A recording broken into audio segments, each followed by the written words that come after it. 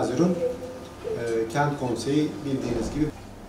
Aynı zamanda Aile ve Sosyal Hizmetler İl Müdürlüğü'ne bağlı çocuk evleri sitesinde Eyvallah. Sayın Divana merhaba edin. Yeşilyurt Kent Konseyi'nin bu dönemde çok kıymetli nitelikler, işler ortaya koyacağından bahsettik. gerçekleştirilmiş. Elde edilen veriler detaylı bir şekilde raporlanarak gelecekteki eğitim ve farkındalık organ bağışı semineri ve Gaziler Haftası söyleşileri gibi etkinliklerle Başta belediye başkanımızı, aynı zamanda Kent Konseyi çalışanlarını da tebrik ediyoruz. Kent Konseyi Başkanlığı için Yeşilyurt Belediye Başkanımız Sayın İlhan Geçit, Yürütme Kurulu üyeleri için Musab Yasak, Ahmet Kaya, Mustafa İnan, Fuat Zengin, Mehmet Batar, Kibar Arslan, Büşra Nur Yiğit.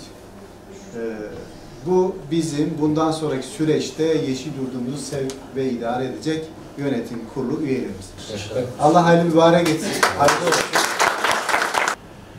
Bizler inşallah Yeşilyurt Kent Konseyi'ni aktif hale getirmek istiyoruz. Burada şehrin tüm paydaşlarını bir araya getirip ortak aklı, ortak düşünceyi, şehre ait ne yapacaksak, yani Yeşilyurt'umuza ait ne yapacaksak burada onu oluşturmak istiyoruz. Bu amaçla inşallah Yeşilyurt Kent Konseyi'ni aktive etmek istiyoruz ve ettik de çok şükür hamdolsun. Yeni bir yönetim oluştu biliyorsunuz. Daha doğrusu bizden bu alanda sorumlu arkadaşların görev yeri değişti.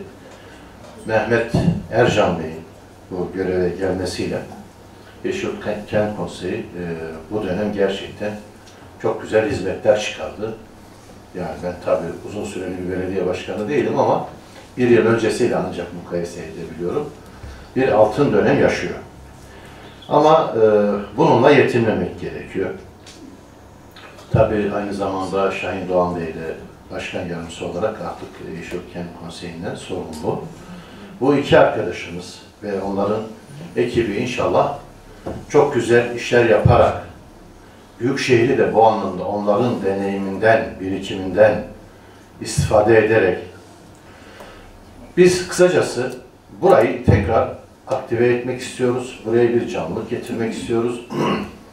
Amacımız ortak yaşamı, ortak aklı yeniden inşa etmek.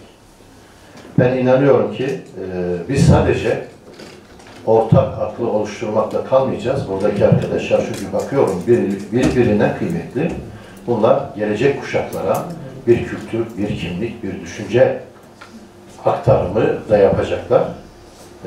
İnşallah bundan sonraki çalışmalarla hepimizin bu çizgide birlikte, beraber konuşarak, istişare ederek bir hizmet üreteceğimizi biliyorum. Teşekkürler başkanım.